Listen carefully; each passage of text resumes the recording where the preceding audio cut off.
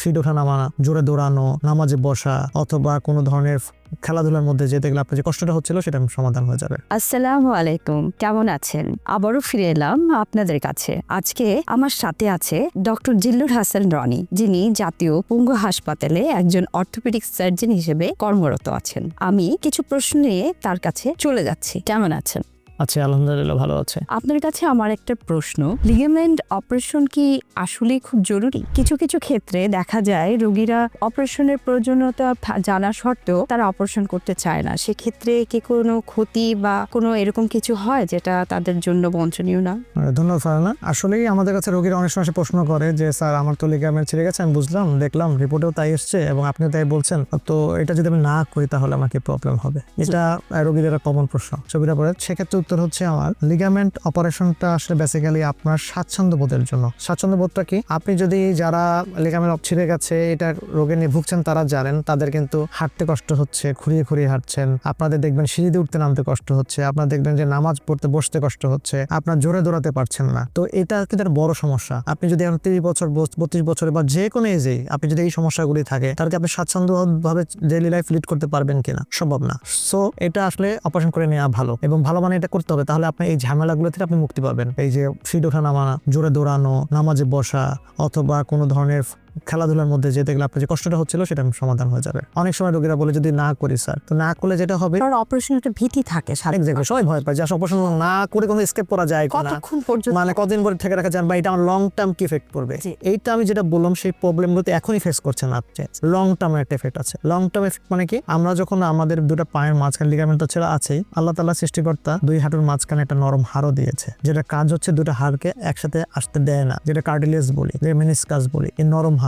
So basically এটা যখন বয়স হবে এটাতে একটা ক্ষয় আছে, দিকে আছে, তাই না? এটা তো আফটার 50, 55, 60, 70 নর্মাল ক্ষয় হবেই। সো এটা নর্মাল প্রসেস। তখনই কিন্তু আমরা বলি হাঁটু ব্যথা হচ্ছে, ক্ষয় হয়ে গেছে, আপনার এই কথাগুলি তখনই চলে আসে। এটা কিন্তু নর্মাল এজে, একটা স্বাভাবিক এজে হচ্ছে 50, আফটার 50, 60 তখন আসবে। আপনি যখন 30তেই লিগামেন্ট ছিঁড়ে যাবে, আপনি অপারেশন করবেন না, এখন ও কি ইমব্যালেন্সের মধ্যে আছে, ডিসব্যালেন্সের মধ্যে আছে। যখন ইমব্যালেন্স হবে তো প্রেশারটা এই কার্টিলেজের উপর বেশি পড়বে। সো এই দিকেটা বা ক্ষয়টা, এই কার্টিলেজ ড্যামেজটা আপনার আর্লি আসবে। আচ্ছা, যেটা আসতো 60তে আসার কথা ছিল সেটা আপনার 30, 40তে চলে আসবে। কিন্তু এটা কিন্তু লং টার্ম, মানে আপনি নগদে আজকে ছিঁড়ে গেছে 1 মাস পর বুঝতে পারবেন না, কিন্তু কন্টিনিউয়াসলি আপনি প্রেশার দিয়ে ছিঁড়ে ফেলছেন, নষ্ট করছেন, পেশেন্ট থাকবে। এক সময় যেটা আপনার 60তে আসার কথা ছিল, 70 আসার কথা ছিল, সেটা 30, 40তে চলে আসবে। আমি আরেকটা প্রশ্ন করতে চাই, বয়সকালে আপ টু 50+, তখন যদি কারো এই ধরনের সমস্যার সম্মুখীন হয়, সেক্ষেত্রে তাদের কি বলবো, তাদের অবসর করা উচিত।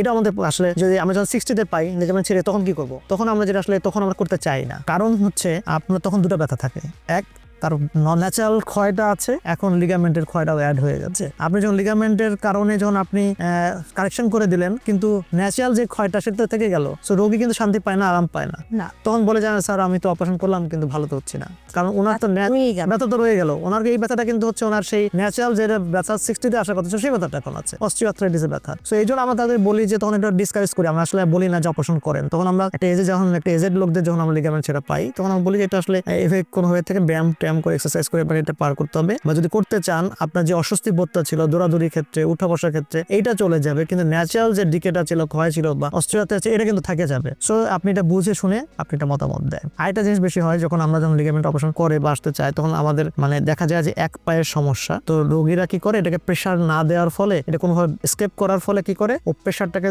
ওই পায়ে দিয়ে দেয়, তার মানে এই পায়ে সে একটু কম ইউজ করে।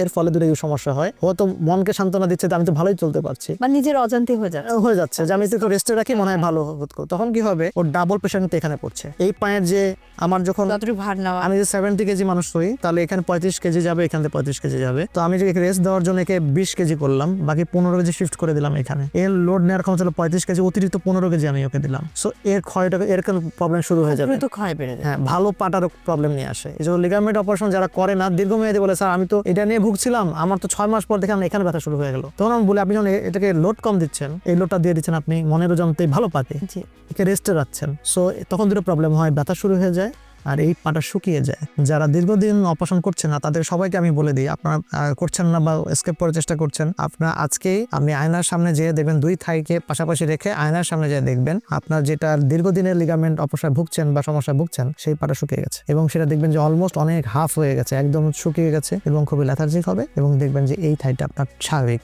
সো এটাও একটা কারণ, তখন আপনি দেখবেন যে এই পাটা আপনি চাইলেও আপনি ভালোভাবে দৌড়াতে পারবেন না কাজকর্ম করতে। তো এই প্রবলেমগুলি না করলে অনেকগুলি প্রবলেম, এই প্রবলেমগুলি কোনটা কাছাকাছি সময় পাবেন, কোনটা দূরবর্তী সময় পাবেন। সো এই প্রবলেমগুলো আপনি আজ ফেস করবেন, টুডে অর টুমরো আপনাকে এই সমস্যা। তাহলে যখন আসলে এই প্রবলেমটা শুরু হবে তার কিছুদিনের মধ্যে পরামর্শ নিয়ে অপারেশন করে ফেলে যায়। এটা একটু মোটামুটি একটু সময় নিয়ে করে নেওয়া ভালো। এটাকে আসলে রোগটা পুষিয়ে রাখলে কখনো রোগ সমাধান হয় না। জি, ধন্যবাদ আপনাকে।